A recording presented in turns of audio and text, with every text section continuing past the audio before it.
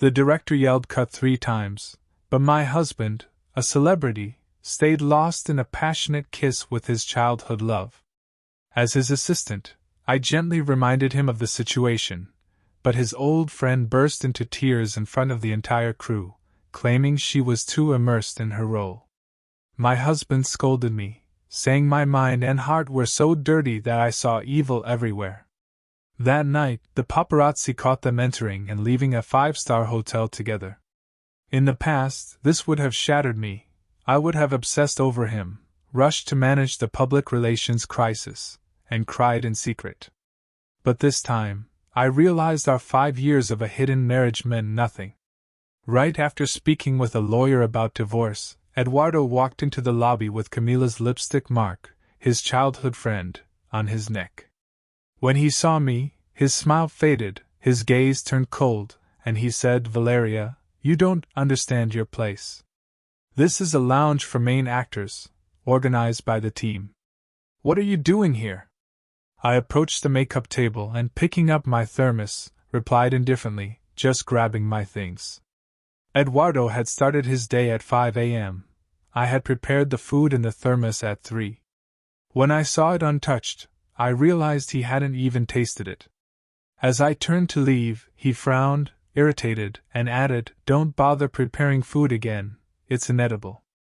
It wasn't the first time he'd criticized my cooking.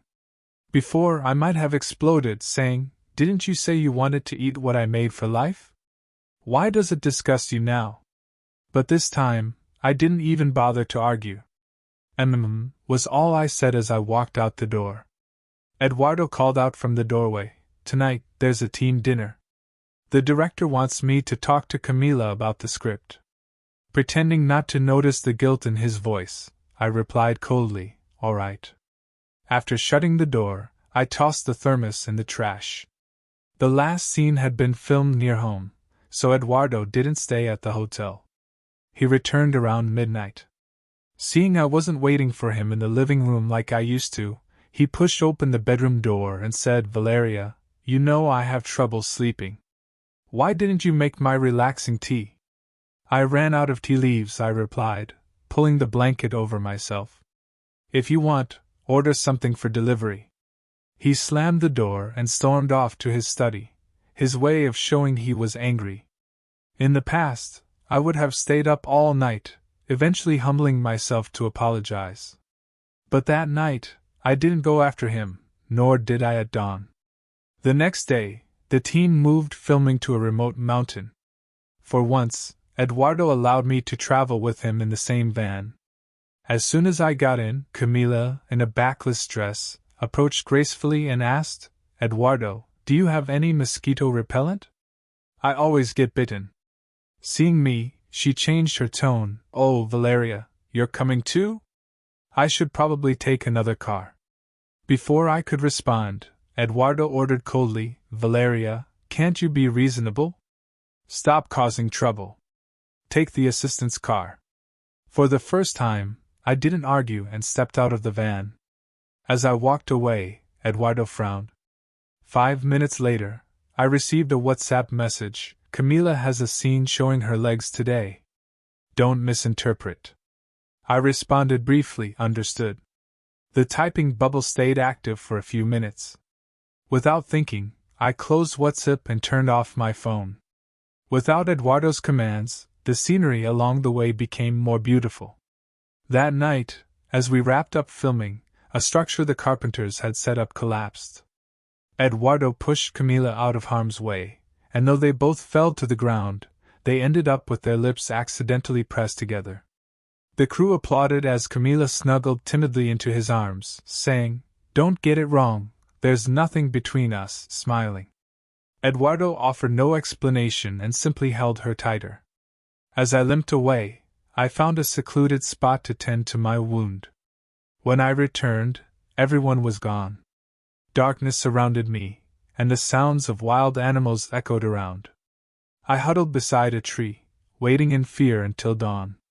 Coming down the mountain, I finally got a signal, and Eduardo called furiously, "Valeria, why didn't you answer my calls?" "Camila got bitten by mosquitoes," Go to the hospital and get her medicine. I silently listened as his tone grew more impatient. You have 30 minutes to get back to the set. Calmly, I replied, I'm on the mountain. Silence hung on the other end, followed by his softer voice, stay where you are.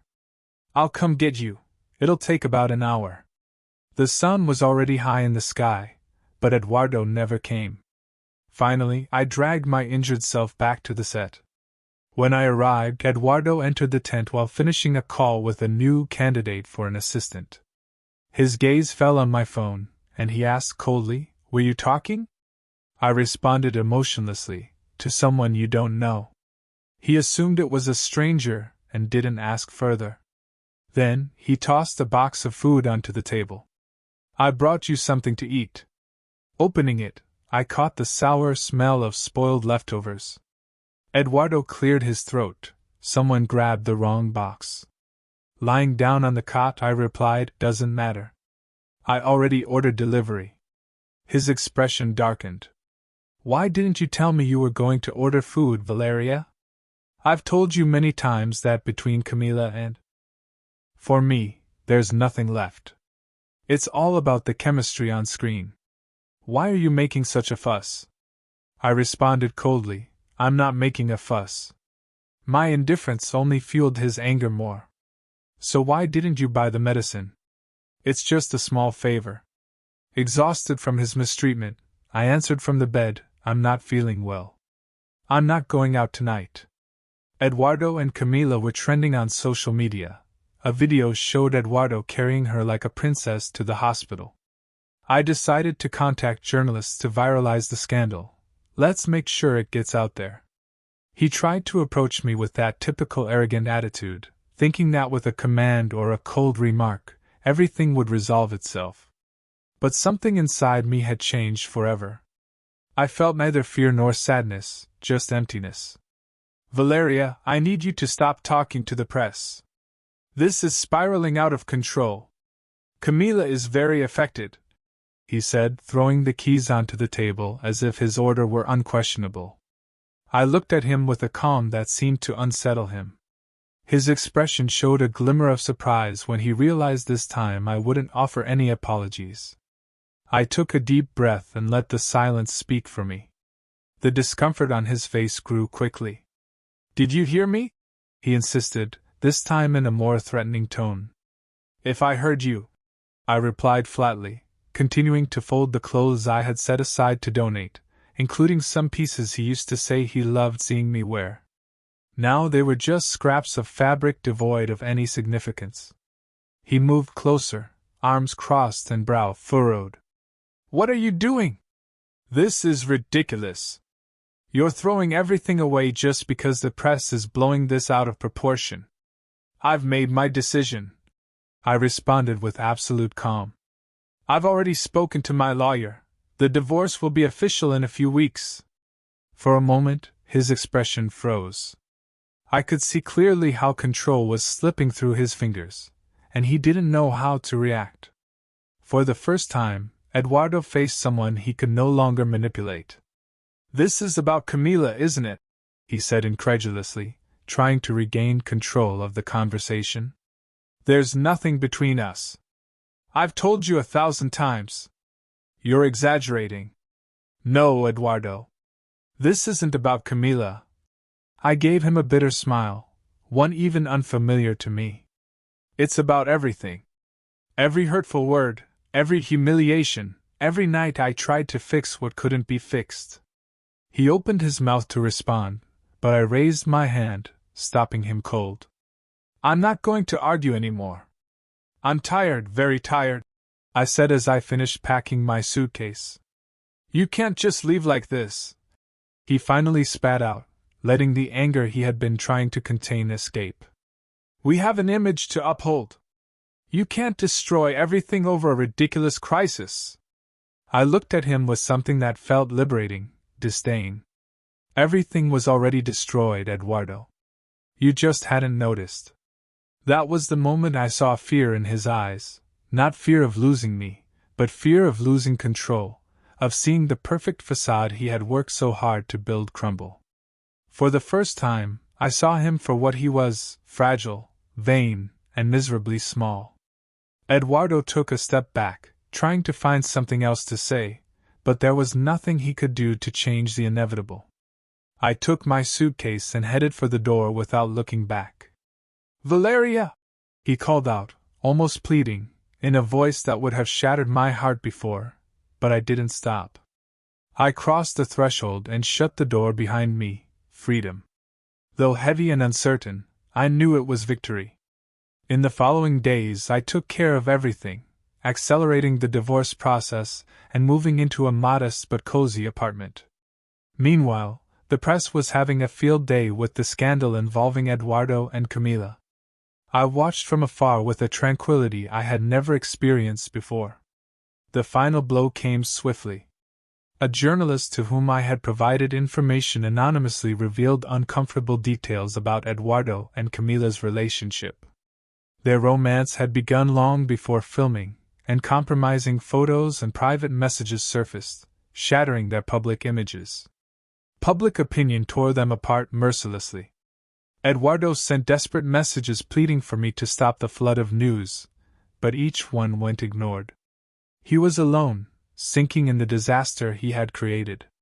Of course, Camila left him as soon as the situation became untenable, worried about her own reputation.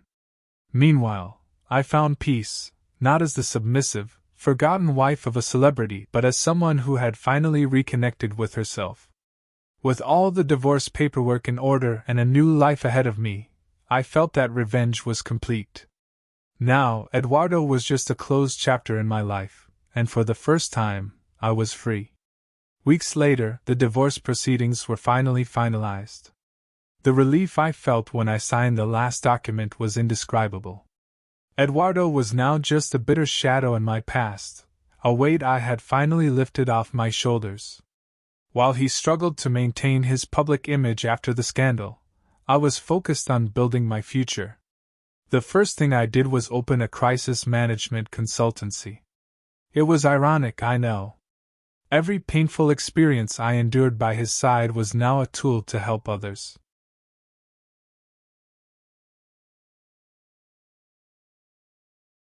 And of course, to thrive, the first few months after the divorce were quiet.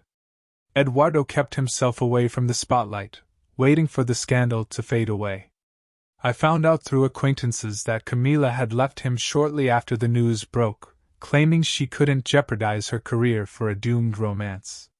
He was left alone, his reputation in ruins, trying to salvage the few contracts he had left, but nobody wanted to associate with his name. The next time I heard from Eduardo was through a legal notification. He was suing me for financial compensation and half of my company, alleging that during our marriage, he had provided me with emotional support, and therefore had a right to part of what I had built. I couldn't help but laugh when I read the documents. It was so typical of him. Even after everything that had happened, he still believed he could control me and benefit from my success. On the day of the trial, I walked into the courtroom with my head held high, armed with the confidence I had earned through hard work. Eduardo was already there, sitting in the front row, trying to maintain his facade of superiority. Yet, his appearance betrayed the toll it had taken on him. When our eyes met, I saw in his gaze the hope that I would falter, show weakness, or seek reconciliation. But I didn't. I responded with a cold, indifferent smile, just as he had done to me so many times before. The trial was long and exhausting. Eduardo presented absurd arguments, claiming that my company had only succeeded because of his influence in my life. However, my lawyer, a true professional, dismantled each of his claims, providing evidence that he had contributed nothing and had always been a hindrance. After hours of arguments, the judge delivered the verdict. Eduardo was entitled to nothing, not a single cent. Furthermore, he was ordered to pay the court costs for attempting to manipulate the legal process. The look of defeat on his face was a spectacle I savored in silence. I couldn't believe what was happening. As I left the courtroom, it felt as if I had finally closed the most painful chapter of my life. There were no longer any ties binding me to him, no threats, no emotional blackmail. I was free, and justice had prevailed. My company flourished in the following months. I secured important contracts and became a reference in the market. Each achievement reminded me of the times Eduardo had said I was incapable, that my dreams were absurd. The irony was exquisite. I was now an independent and successful woman, while he, once an admired celebrity, had become a forgotten shadow. Occasionally, I heard rumors about him trying to relaunch his career, but nobody wanted to give him a chance. The few famous friends he had left distanced themselves, and without contracts or projects, his public figure faded away. The last news I received was that he was living off favors in the house of a distant relative, trying to remain unnoticed. Meanwhile, I had found peace. I reconciled with myself, reconnected with lost friendships, and allowed myself to enjoy life without fear or guilt. I traveled, explored new interests, and eventually met someone special, a man who treated me with respect and affection, free from manipulation or games. For the first time, I experienced genuine, healthy love. Although I moved on, I never forgot the lessons I learned with Eduardo. The most important one was that self-love is true freedom. No matter how deeply someone tries to drag us down or make us feel worthless, we always have the power to rewrite our story, and that's exactly what I did. I rewrote it to have a just and happy ending. Today, when I look back, I don't feel resentment, only gratitude. Gratitude for finding the strength to leave a toxic bond, for overcoming the toughest trials, and above all, for discovering that the most powerful justice is the one we create for ourselves.